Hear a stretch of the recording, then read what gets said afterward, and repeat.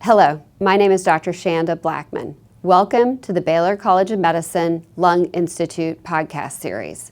We're here to communicate with all of our care providers, our learners, and our community, as well as patients, about how to improve lung health, how to educate you and all of the people around you about ways to prevent lung disease, treat lung disease, and maintain lung health.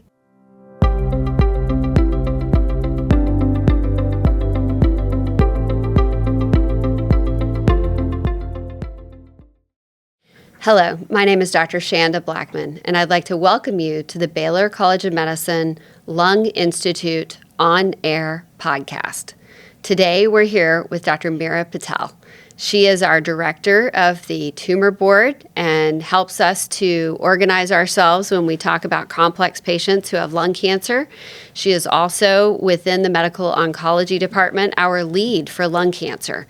So, Meira, it's so great to have you here. I'm really honored to be sitting with you face to face. Usually it's on a TV screen by Zoom or Teams. Yeah, thank you so much for having me. It's an honor to be here. So, Meira, tell me a little bit about you and why you came to Baylor and how you practice here within our community. Yeah, so I am a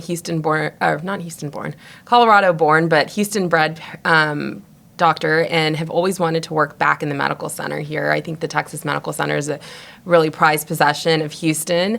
And so after training, I came back to Baylor because of really the community that it is. We have a great multidisciplinary team. I think I am very blessed to have all of my partners that help me with treating lung cancer. And I think it's a rare gem, where how collegial everybody is, everybody works together, and at the end of the day, all we want is for our patients to have the best outcomes possible. And everyone's always trying to think outside of the box and try to make sure that, we've exhausted all options for our patients, and I think that is the best part of patient care. I chose to come to Baylor as a lung cancer specialist after fellowship.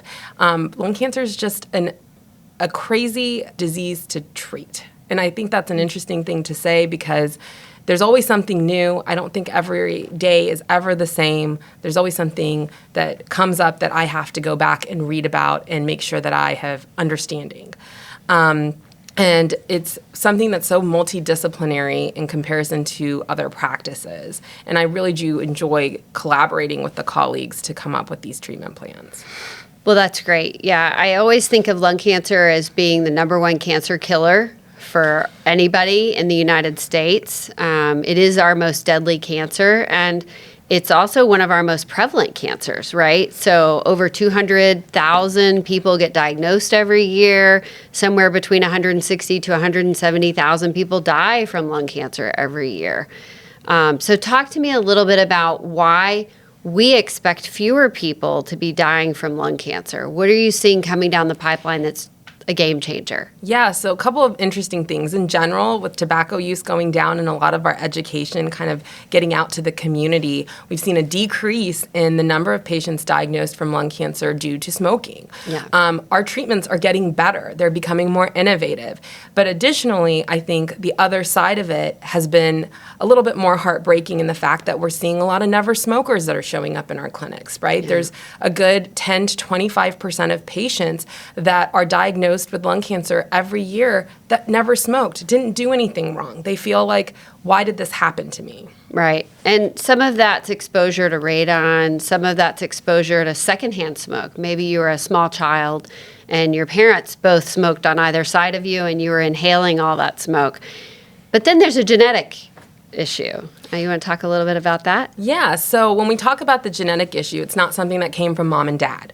It is something that happened after you are born into this world. You get a genetic misspelling in your DNA, and there's specific mutations that lung cancer has been able to, our lung cancer researchers have been able to identify over the past several years. We celebrated 20 years of EGFR being identified last year, which was a big deal for the lung cancer community. And when that was first identified, we thought that that was going to be in a young non-smoker, female, and probably of East Asian descent.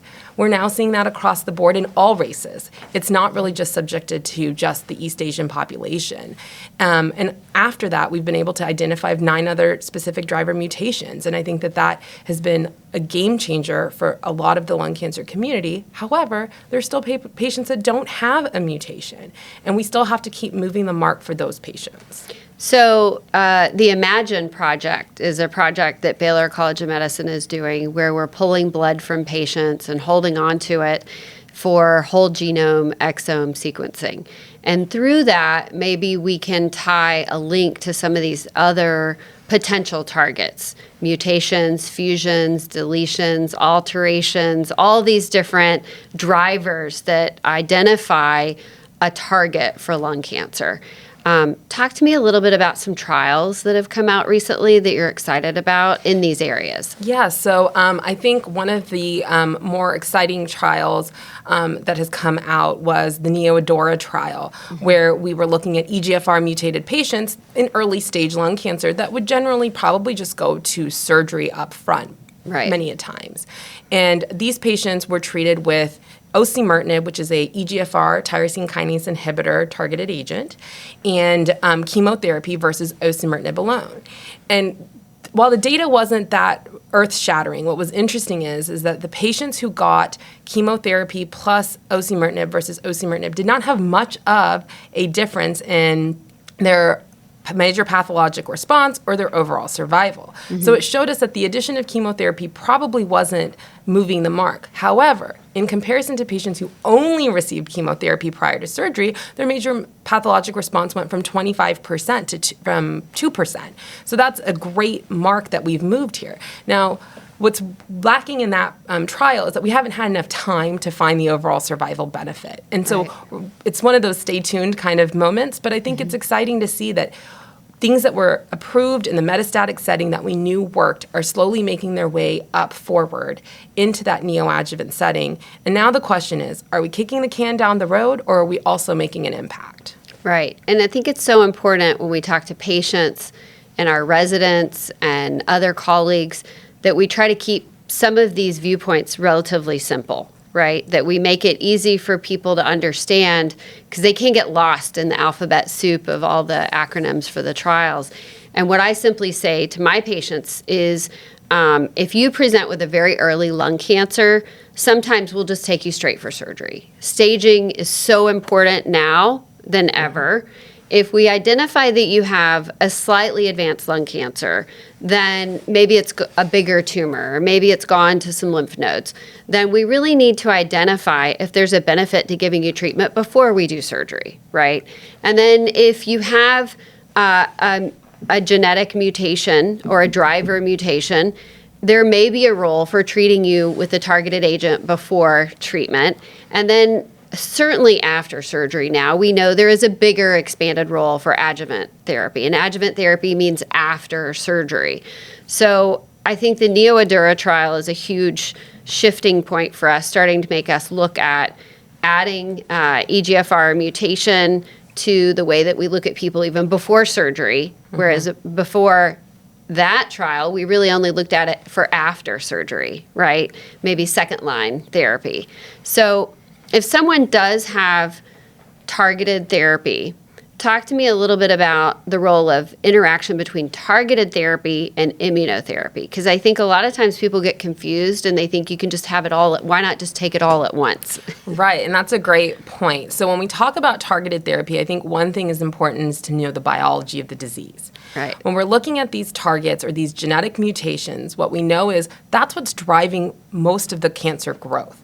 So even if there could be a potential response to immunotherapy, that is not going to yield as high of a response than actually targeting what's driving the growth of the cancer. Right. So that's where we would say the tyrosine kinase inhibitor would outweigh using the immunotherapy, because we would want to stop the growth of the cancer up front from the beginning.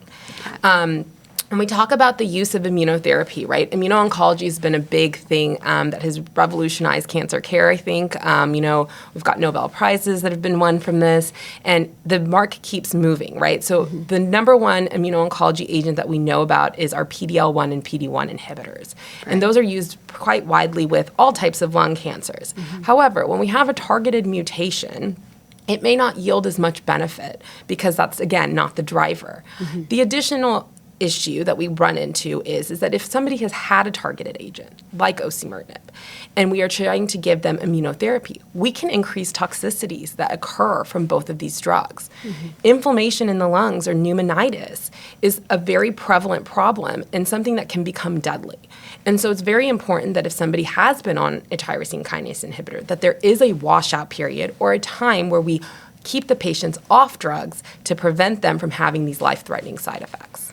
Right. So I think that's so important. I noticed that a lot of our residents get confused on that topic, and so I always try to bring it up to make sure that they are reminded about how important it is to separate these drugs and always focus on the driver mutation first and then move towards the chemotherapy, immunotherapy as sort of a second line. Right. What's interesting is that there's a lot more things coming out. And so the sequencing of these agents and how this is going to go for the EGFR space is really exciting right now. I think it was Monday that we had a new approval for a new drug for Dato-DXd. And so that's using a drug that's going to be used in patients who have been treated with osimertinib but have progressed. And so we're also looking at, for these targeted patients, a lot of patients who may not see chemotherapy until several lines down the road. And, trying to keep patients off of chemotherapy to maintain their quality of life and allow them to have whatever semblance of a normal life that they can is really important. Yeah. I mean, I remember 10 years ago when I was in Minnesota seeing a patient whose brother had died from advanced lung cancer, whose mother had died from advanced lung cancer, and he had a T790 mutation, EGFR. And when I first saw him, he had multifocal lung cancer. So a lot of these people with these EGFR mutations have lung cancer on the right, lung cancer on the left. And he was a marathon runner, so he had great pulmonary function. But yet I wanted to spare his lung because I imagined over the next 10 years that he would have cancer popping up in all these areas that were like a ground glass opacity at some point, and some of them were solid. So we went after one of the lesions with a segmentectomy. And then we went after another lesion with a wedge resection. And we were doing these modified lung cancer resections to try to spare him extra lung going down the road. But then he developed metastatic disease, and he ended up being on osimertinib for a really long time, and then had to take second, third line agents. And so I always anchor these studies and these trials back to patients from my memory. And whenever you hear about a new drug coming out, it's always exciting because you think, oh, that would have helped this patient, or oh, that would have helped that patient. And so we're ever more hopeful as these new trials come out. So one of the things that also really has made a huge impression on me is my grandfather died of lung cancer, and that's what made me want to become a lung cancer specialist. When I was still in my training program, I unfortunately diagnosed him with advanced small cell lung cancer, and I've had a few family friends that have died not from non-small cell lung cancer, but small cell. So when I'm talking to patients, I always explain to them two kinds of lung cancer: small cell, non-small cell. Non-small cell has generally adenocarcinoma, squamous cell, and then small cell has all these different degrees of variation, but is traditionally so much more aggressive. And patients are terrified when they get this diagnosis. So talk to me a little bit about what we can do, hopefully to give patients some hope. Yeah, I think that, a lot of the progress that we've made in non-small cell lung cancer will hopefully start coming in the small cell lung cancer section. Now, we haven't had very many advances for several years. It's been actually quite disappointing. It's been a very difficult disease for us to treat, and they've been working really hard to characterize it. And we're starting to learn that not all small cell lung cancers are the same. They are genetically different.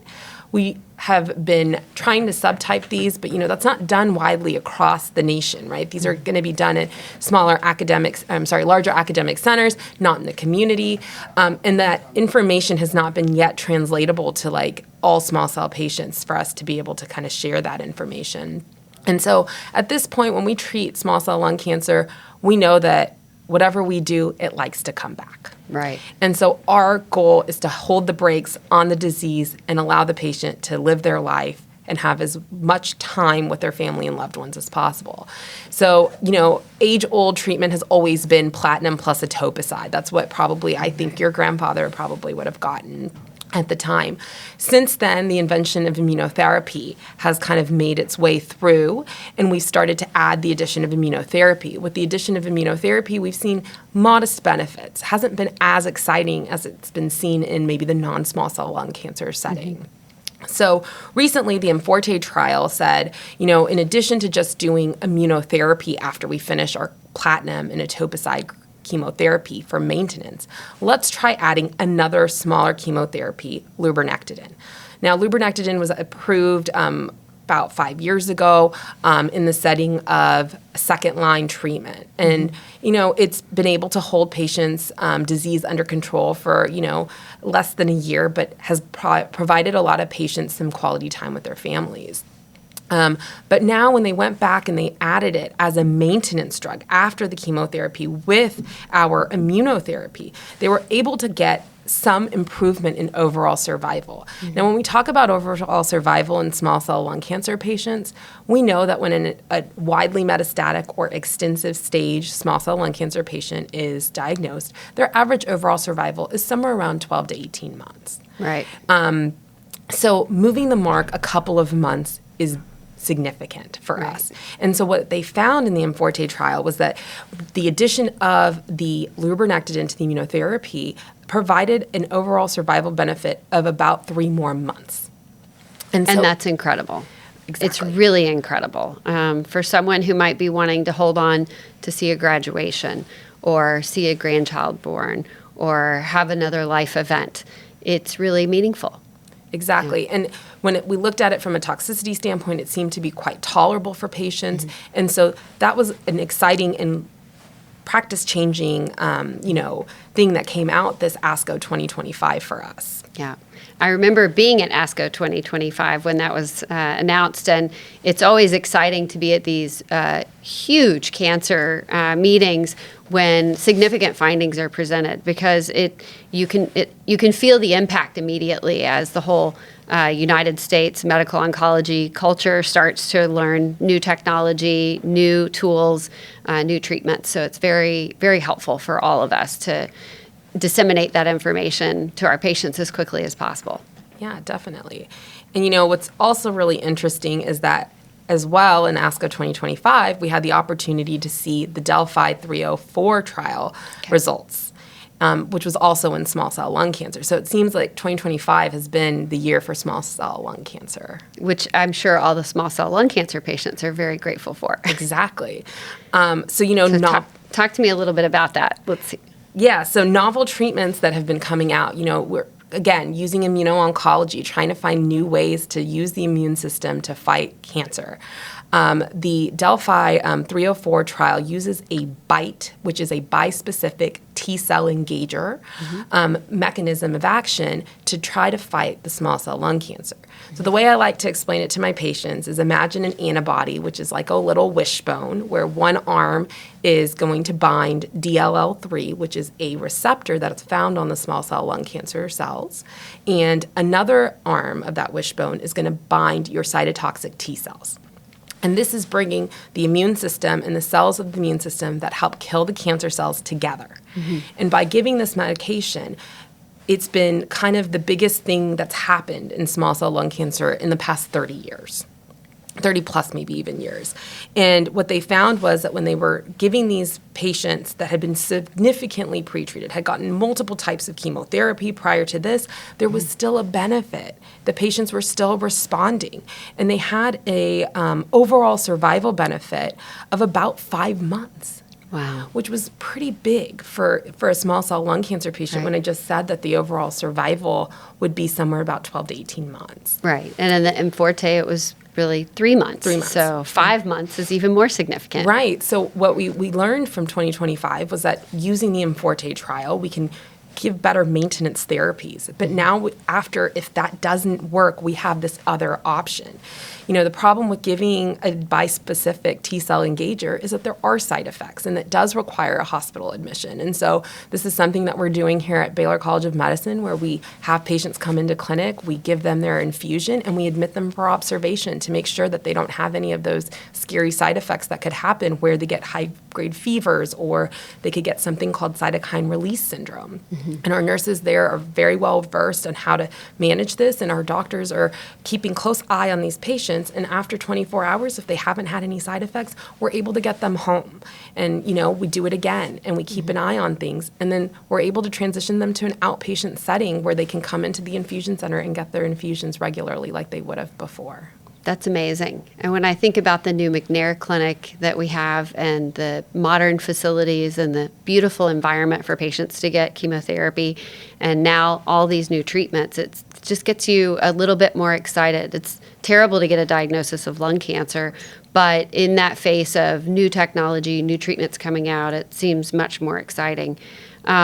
Talk to me a little bit about the multidisciplinary Lung Tumor Board and how that works, and how we're really starting to develop some unique clinical trials for solving some of these problems.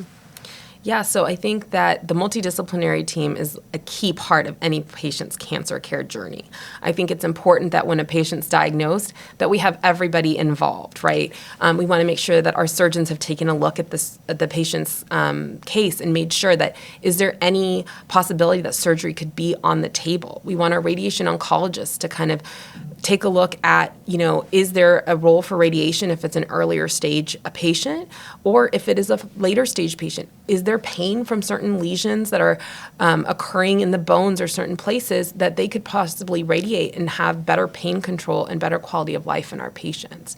And then our pathologists, right? We've got to confirm diagnosis. Every now and then, I know when we're sitting in tumor board, there's always something interesting where the pathology just doesn't make sense. It doesn't line up. And we have to all kind of sit together and take a look at things and put the history together with everything that we have to make the best plan for that patient. And so the multidisciplinary team is a great place where we can bring not only run-of-the-mill cases to make sure we're doing right by the patient, but also some of those more difficult things that we tend to see here very commonly in the Texas Medical Center to, think outside of the box and come up with that best plan for the patient. And I've watched it happen live. It's sort of an organic process. It's not scripted. No one knows what the outcome will be going into the tumor board. It's so dependent on each person's sense of experience, ability to think outside the box, knowledge of the current literature and trials, and really the current trials that we uniquely offer through Baylor, like the LEADER trial and some of the mesothelioma trials and some of our early and advanced lung cancer trials. I think it's just really helpful to look at how we try to offer something, and not too many competitive trials in one area. We try to spread it out so that patients aren't overwhelmed, and we're not just doing a poor job of enrolling, but really putting people into that trial and then closing it out and then moving on. I think it's so important. Yeah, and I think it's important, for patients to be offered clinical trials, right? Yeah. The best way of explaining it to a patient is you get standard of care and then some. Plus maybe something better. Exactly. And it wouldn't go through the IRB unless it was thought to be as safe or better. And I think people keep saying, well, I'm not really sure I want to be a guinea pig. But this is not like that. This is now, today, in today's day and age in science, you have to go through so much scrutiny to get a clinical trial through. And you have to have already done these early phase trials to demonstrate safety, and some trials to demonstrate what's the appropriate dosing. By the time patients are coming in and checking a placebo or a standard of care plus that benefit, it's already been demonstrated to be a safe drug. And it's something that we're looking to see if it can raise their survival, raise their disease-free survival, or decrease their recurrence rate. Yeah, exactly. And I think that that's what's really awesome here at Baylor. We have a couple of different trials, like you mentioned earlier. The LEADER trial that we have right now, we're enrolling patients that have early stage lung cancer to see if they do have one of those genetic drivers, right? We talked about the Neoadjuvant with the EGFR mutation and how that's kind of been in the mainstream. But there are still other mutations that we can look for and that we do have targetable agents that could also be just as beneficial as the osimertinib was for our EGFR patients. And then additionally, we do have our mesothelioma center here, and it's led by Dr. Taylor Ripley.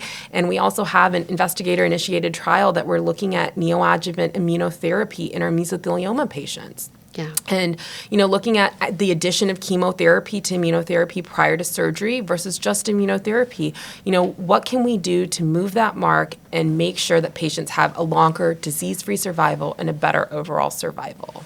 Yeah. And I think I'm so proud coming from Baylor College of Medicine and seeing what we have to offer, looking at how you lead through the tumor board and through your practice and among your colleagues as the lead lung expert in medical oncology. It's just an honor to be your partner in a way and to practice with you and to care for patients with you, Meira. Thank you again for joining us. And please let us know how a patient might refer to you. If they had a lung cancer diagnosis, how would you want them to present to you? Yeah, that's a great question. So there's multiple ways that you can get to our clinic. I think one way is to have your primary care provider or whoever has identified a lesion for you refer you over to our clinic. You can do a referral through your physician. You can call our cancer center phone number, which is 713-957-8500. Or I think we have a Lung Institute phone number that we could also share. Yeah, 713-798-LUNG. Yeah.